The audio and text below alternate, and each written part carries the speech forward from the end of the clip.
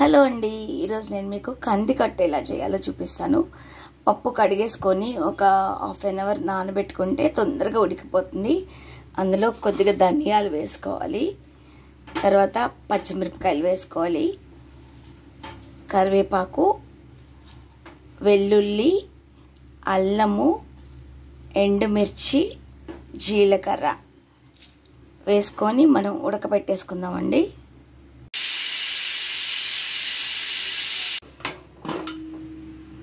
పప్పు ఉడికిపోయిందండి. ఇప్పుడు దీన్ని చల్లారాక మనం మిక్సీ చేసుకొని తాలింపు పెట్టుకోవడమే. మిక్సీ చేసేసుకోవాలండి మనం. ఇది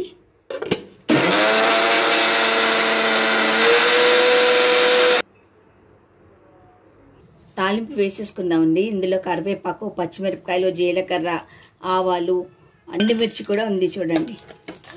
వెల్లుల్లి రెబ్బలు కూడా ఉన్నాయి. ఇదేంటంటే కందికట్టు మనము పులుపు తినాం కదా, సంతోషమాత పూజ అప్పుడు ఇలా చేసుకోవాలి. మీరు అబ్జర్వ్ చేశారు లేదో, నేను ఎందుకు చింతపండు కానీ ఉల్లిపాయ కానీ వేయలేదు.